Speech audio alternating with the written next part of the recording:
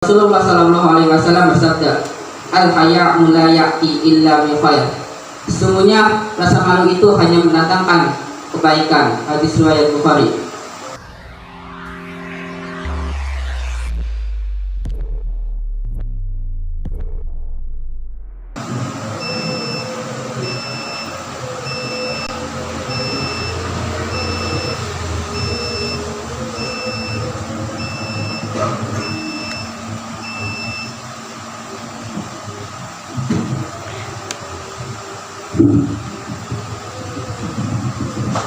Assalamualaikum warahmatullahi wabarakatuh.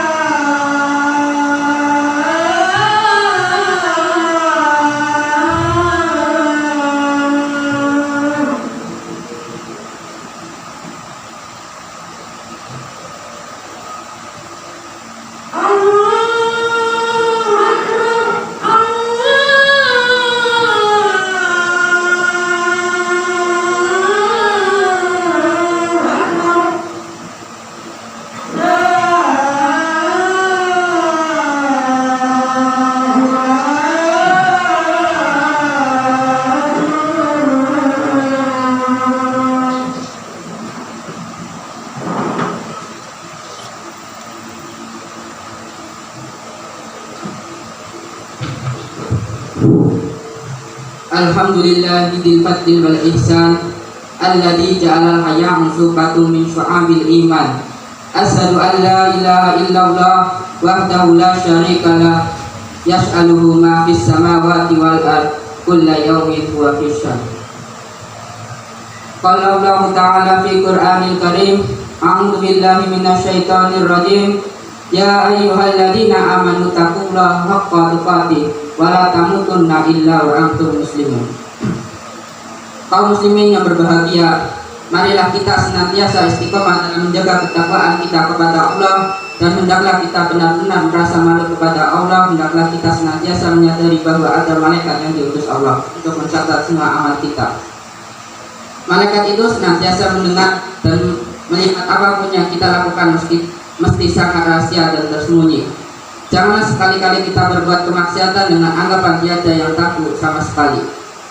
Karena malaikat yang diutus oleh Allah untuk mengawasi selalu tahu dan terus mencatat segala perbuatan kita. Kaum muslimin yang berbahagia, sifat malu termasuk di antara sifat terpuji yang sudah ditinggalkan oleh banyak orang. Padahal sifat ini bisa mendatangkan banyak kebaikan bagi orang yang memiliki serta membentengi diri agar tak terjerumus dalam perilaku buruk. Rasulullah SAW bersabda, "Al-haya'u la ya'ti illa bi khair." Sesungguhnya rasa malu itu hanya mendatangkan kebaikan. Hadis riwayat Bukhari. Beliau juga mengabarkan bahwa malu merupakan bagian dan cabang dari keimanan. Beliau bersabda, "Al-iman bid'un wa sam'una aw bid'un wa sittuna syu'batan fa afdaluha qaulun la ilaha illallah wa adnaha imatatul a'dam an tariqi wal haya'u syu'batun min iman." Iman memiliki 70 atau 60 cabang lebih. Yang tertinggi adalah ucapan la ilaha illallah, dan yang terendah adalah memikirkan gangguan dari jalan. Dan rasa malu itu salah satu cabang dari keimanan. Hadis riwayat Muslim. Rasulullah SAW pernah bertemu dengan seorang yang sedang mengingatkan atau mencela saudaranya yang pemalu. Nabi SAW bersabda, "Da'mu fa innal haya'a min iman." Biarkan dia, karena sesungguhnya malu itu adalah sebagian dari iman. Hadis riwayat Bukhari. Beberapa hadis di atas menunjukkan bahwa malu bukan sesuatu yang buruk, bahkan sebaliknya termasuk sifat terpuji. Simak juga apa yang dikatakan Ibnu Qasim. Kata al-haya berasal dari suatu kata dasar dengan al-hayat, kehidupan. Oleh karena itu, hujat itu disebut al-haya, membawa kehidupan. Kata rasa malu seorang sangat tergantung dengan kadar hidupnya hati. Sedikitnya rasa malu merupakan indikasi hati dan ruhnya telah mati. Semakin hidup hati seorang, maka rasa malu akan semakin sempurna. Jamaah sholat rahimakumullah.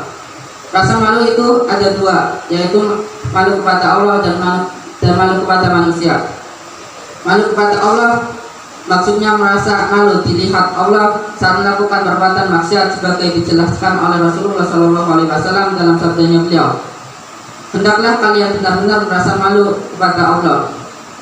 Para sahabat menjawab, "Kami sudah merasa malu, wahai Rasul."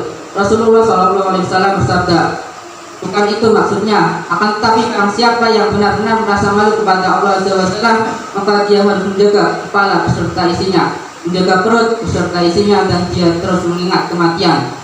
Ada yang menginginkan akhirat, dia pasti akan meninggalkan keindahan dunia. Barang siapa yang melakukan ini, berarti dia benar-benar merasa malu kepada Allah." Hadis sahih riwayat Ahmad dan Tirmizi. Jamaah salat Jumat rahimakumullah. Dalam hadis di atas, Rasulullah SAW menjelaskan dengan gamblang sifat orang yang tertanam rasa malu kepada Allah dalam lubuk hatinya. Dia terus berusaha menjaga seluruh anggota tubuhnya agar tidak berbuat dosa dan maksiat. Senantiasa ingat kematian, tidak punya keinginan yang muluk-muluk terhadap dunia, dan tidak terlena dengan nafsu syahwat.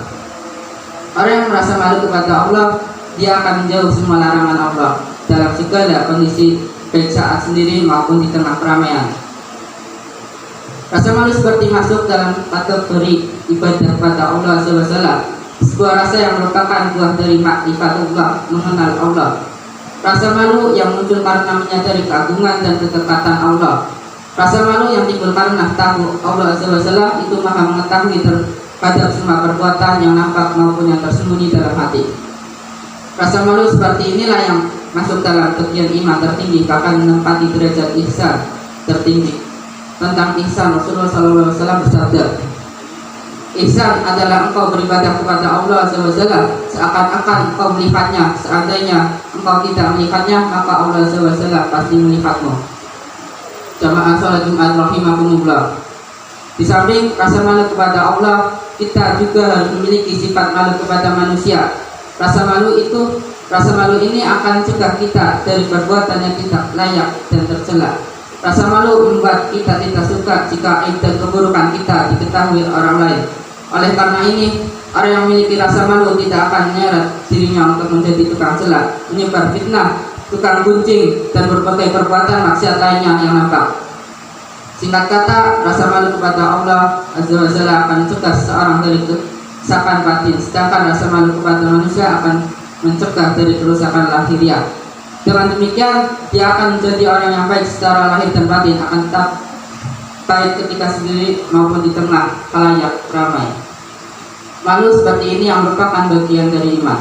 Jamaah salat Jumat rahimakumullah. Lalu bagaimana dengan orang yang tidak memiliki rasa malu? Orang yang tidak memiliki rasa malu berarti dia tidak memiliki benteng dalam hatinya, bisa mencegah dari perbuatan dosa dan maksiat.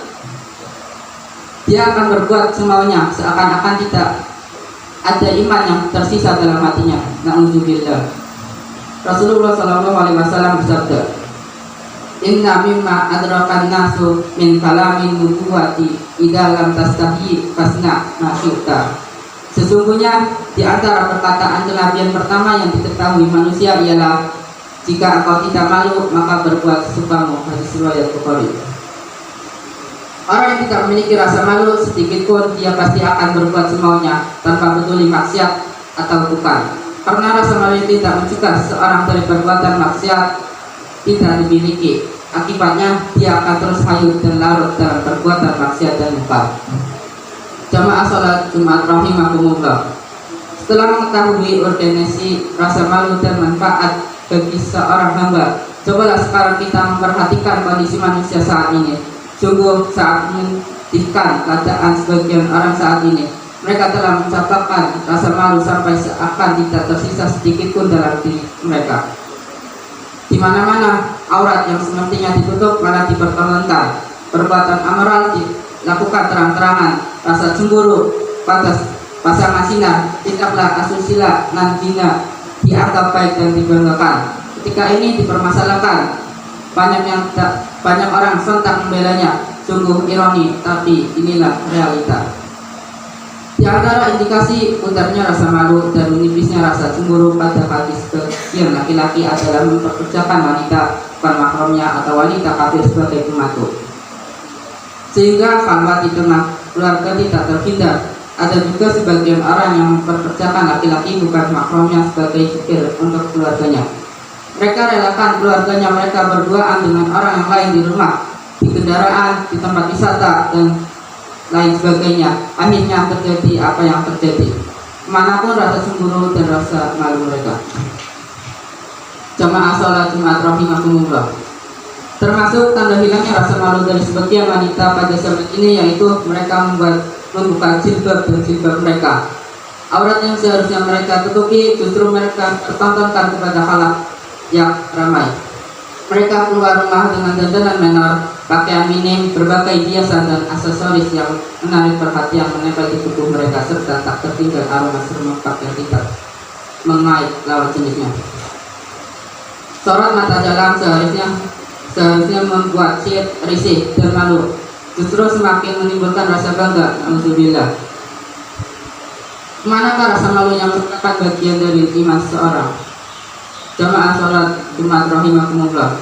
Di manakah rasa malu dari seorang yang membiarkan anak-anak mereka berkeliaran semaunya, bergaul dengan sembarang orang, melakukan aktivitas tanpa bimbingan, dan membiarkan mereka diperbudak hawa nafsu. Yang baik dipandang buruk dan yang buruk terlihat indah dan menyenangkan karena tertipu dengan nafsu syahwat. Di manakah rasa malu dari pegawai yang tidak bersungguh-sungguh dalam menjalankan tugas yang nafkah kepada mereka? Di manakah rasa malu dari para pedagang yang melakukan penipuan dan tidak curang, dusta dalam perdagangannya? Sungguh semua perilaku buruk ini akibat dari hilangnya rasa malu dari diri seorang. Rasulullah SAW bersabda, "Idza lam tastahi fasna ma syi'ta." Jika engkau tidak malu, maka berbuatlah kamu. Hadis riwayat Bukhari. Jamaah salat Jumat rahimakumullah. Hendaklah kita semua senantiasa bertakwa kepada Allah Azza wa Jalla, dan hendaklah kita senantiasa mengikut keyakinan bahwa Allah selalu mengetahui apapun yang kita lakukan di semua tempat dan waktu. Aqulu qawli hadza wastaghfirullah li wa lakum wa lisa'iril muslimin wal muslimat fastaghfiruhu innahu huwal ghafurur rahim.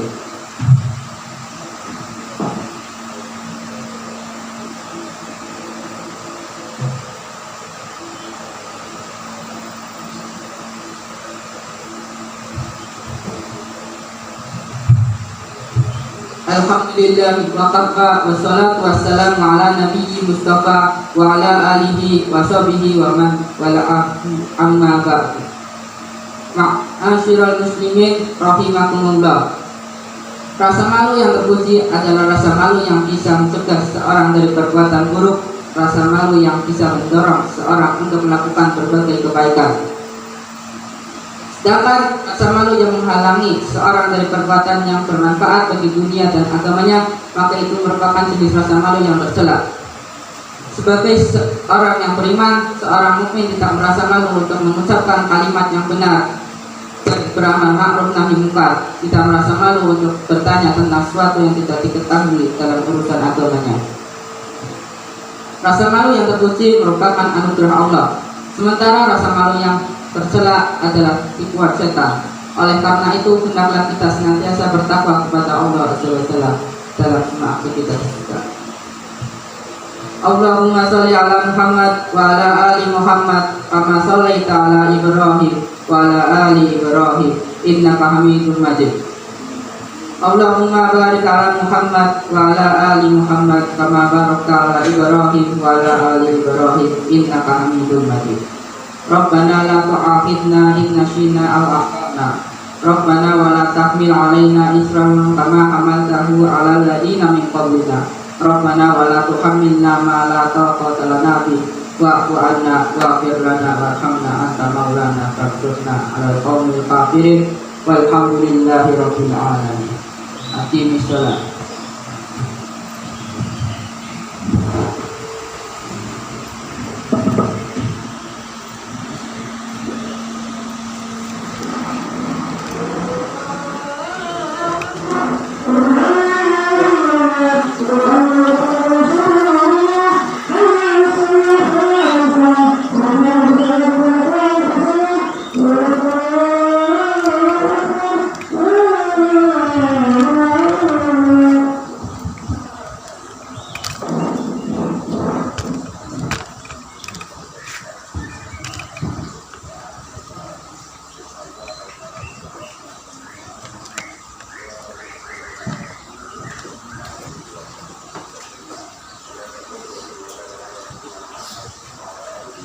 Allahu Akbar.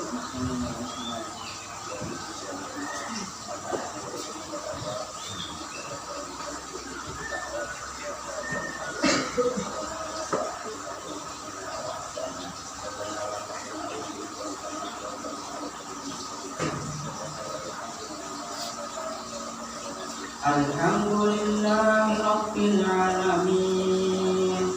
Ar-Rahmanir Rahim. Maliki yaumiddin. Iyyaka na'budu wa iyyaka nasta'in. Ihdinas siratal mustaqim. Siratal ladzina an'amta 'alaihim ghairil maghdubi 'alaihim waladdallin.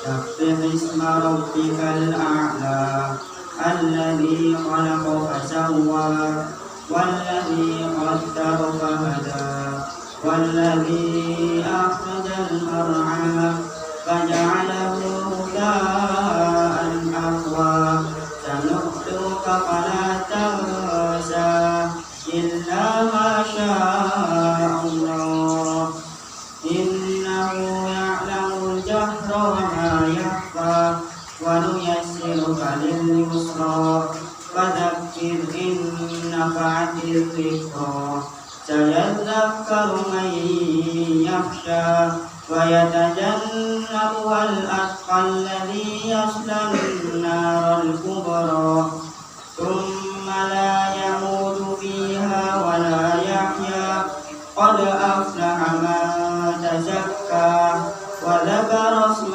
ربه فصلى بل تؤثرون الحياة الدنيا والآخرة خير وأبقى إن هذا لفي الصحف الأولى صحف إبراهيم وموسى.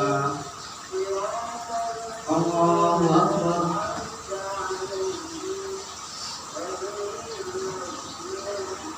سمع الله لمن حمده. الله أكبر.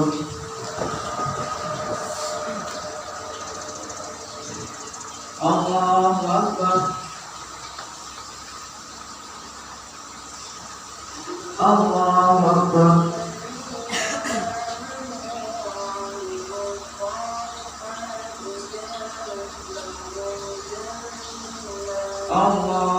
الله أكبر.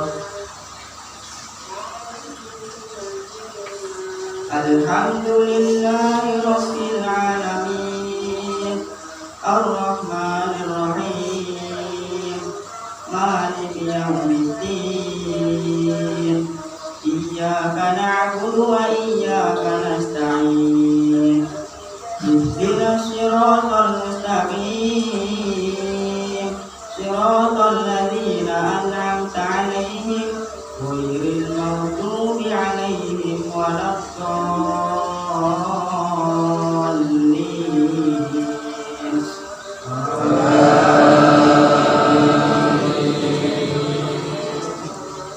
هل أتاك حديث الغاشية وجوه يومئذ خاشعة عاملة ناصبة تصلى نارا حامية تسقى من عين آنية ليس لهم طعام إلا من ضريع لا يسمن ولا يغني من جوع وجوه يومئذ ناعمة لسعيها راضية في جنة عالية لا تسمع فيها لاغية فيها عين جارية فيها سرر مرفوعة وأكواب موضوعة ونمارق مصفوفة وزرابي مبثوثة أفلا ينظرون إلى الإبل كيف خلقت وإلى السماء كيف رفعت وإلى الجبال كيف نصبت وإلى الأرض كيف سطحت فذكر إنما أنت مذكر لست عليهم بمسيطر إلا من تولى وكفر فيعذبه الله العذاب الأكبر إن إلينا إيابهم ثم إن علينا حسابهم. الله أكبر.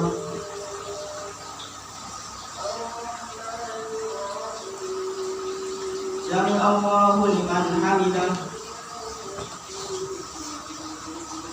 الله أكبر.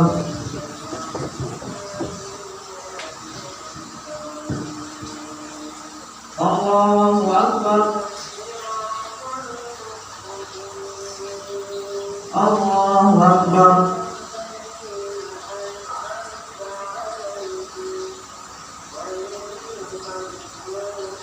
الله أكبر.